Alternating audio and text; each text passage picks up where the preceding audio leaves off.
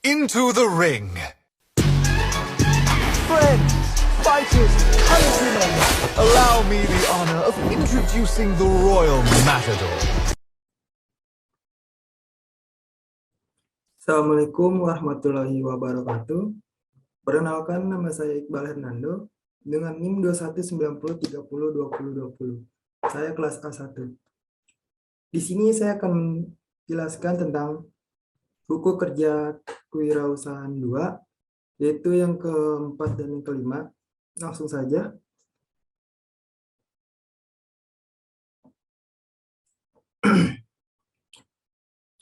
Dengan judul Bergerak dari sebuah ide menjadi sebuah usaha. Di sini yaitu membahas tentang identifikasi akses pembiayaan atau modal usaha baru. Unit usahanya yaitu masakan Padang. Produk jasa menyediakan makanan dan minuman bersertifikat halal. Elemennya yang pertama, 1. Identifikasi pentingnya pembiayaan atau modal. Kriteria unjuk kerja, yaitu alasan kebutuhan modal usaha baru diidentifikasi.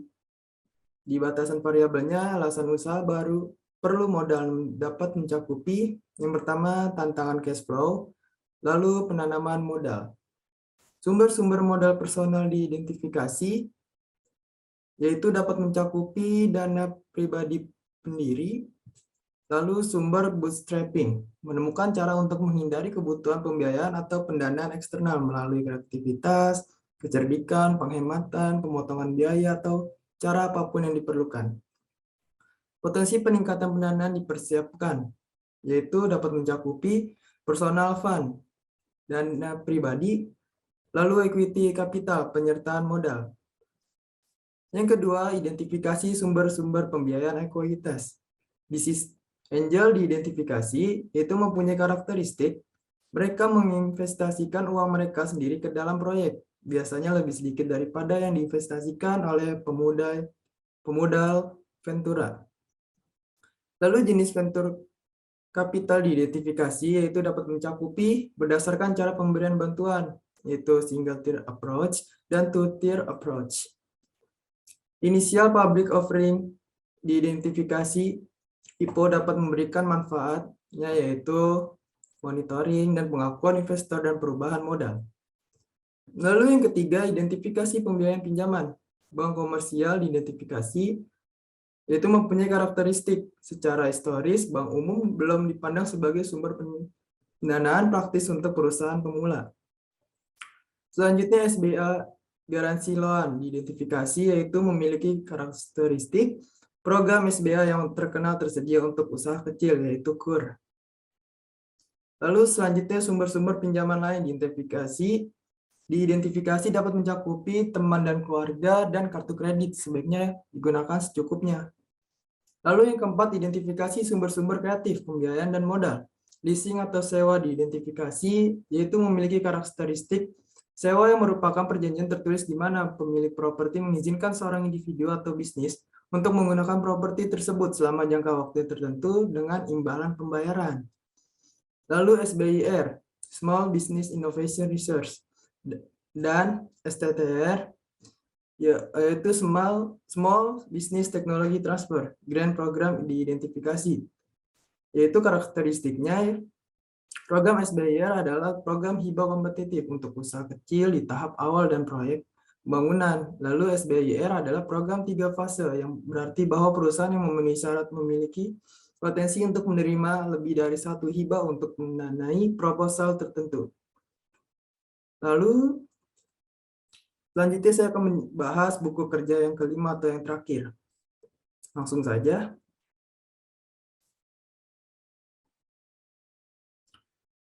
Yaitu di sini identifikasi dan evaluasi peluang pemasaran.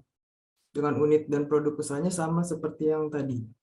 Yang pertama, langkah-langkah identifikasinya peluang pemasarannya itu informasi tentang kebutuhan pasar dan jenis pemasaran dianalisa untuk mengidentifikasi peluang pemasaran. Informasi tentang kebutuhan pasar dapat mencakupi produksi barang dan jasa. Ini saya tidak memilihnya, langsung saja. Yang pertama, kinerja pesaing, lalu kebutuhan pelanggan, persyaratan hukum dan etika. baru dan berkembang, profitabilitas, dan angka penjualan. Selanjutnya, jenis pemasaran dapat mencakupi pemasaran langsung, pemasaran barang, pemasaran sektor publik, pemasaran layanan.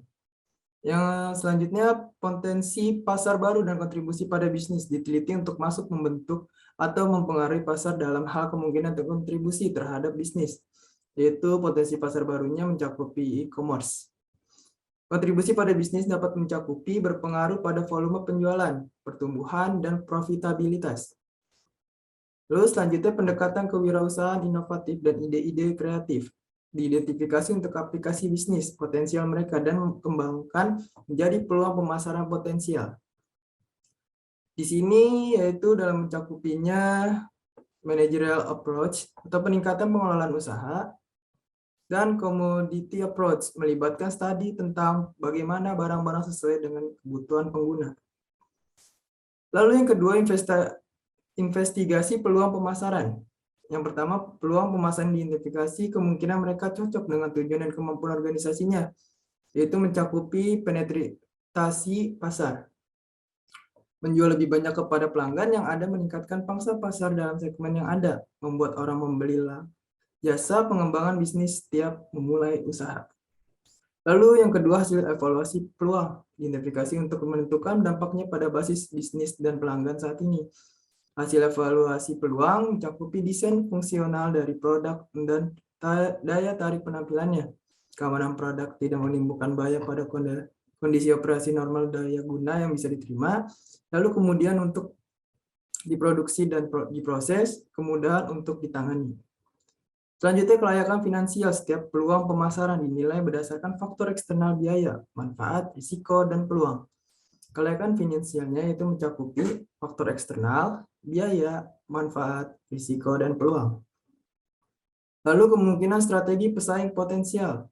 Diidentifikasi dari pesaing dengan produk atau jasa yang sama. Dapat mencakupi yaitu kupon. Lalu ranking peluang pemasaran dalam hal kelayakan yaitu mencakupi top ranking topics dan seasonal topics. Lalu yang ketiga, evaluasi perubahan yang diperlukan untuk operasi bisnis saat ini. Yang pertama, perubahan yang diperlukan untuk operasi saat ini untuk mengambil keuntungan dari peluang pemasaran yang layak. Dapat mencakupi perencanaan proyek pemasaran, manajemen proses kreatif end-to-end, infrastruktur teknologi pemasaran, data pemasaran, dan analisis. Lalu perubahan organisasi untuk layanan basis pelanggan yang meningkat atau berbeda, termasuk penyediaan untuk kualitas layanan berkelanjutan kepada pelanggan yang sudah ada, yaitu mencakupi struktur fungsional organisasi. Lalu perkirakan kebutuhan sumber daya untuk operasi yang diubah. Nah, di sini perkiraan kebutuhan sumber dayanya yaitu staf tambahan, peralatan, biaya produksi, penelitian, dan pengembangan. Lalu komunikasi kelayakan membuat perubahan pada operasi saat ini kepada pemangku kepentingan utama, yaitu komunikasi kelayakannya staf keuangan, staf sumber daya manusia, manajer, tenaga pemasaran, pemilik, staf produksi, dan pengawas. Dan yang terakhir yaitu dokumentasi peluang pemasaran yang baru, identifikasi dan perubahan yang diperlukan. Itu berdasarkan analisa di atas, usaha ini sudah cukup bagus dalam memulai usaha di bidang food and beverage. Maka dari itu perubahan yang diperlukan harus diubah atau ditingkatkan untuk kedepannya nanti. Demikian beberapa hal yang bisa saya sampaikan pada video singkat ini. Saya mohon maaf yang sebesar-besarnya apabila ada tutur kata maupun tindakan yang kurang berkenan kepada para penonton, terutama kepada Ibu Hairani Tadigan selaku dosen Kewirausahaan 2. Dengan ini video singkat saya akhiri. Terima kasih sudah menonton. Wassalamualaikum warahmatullahi wabarakatuh.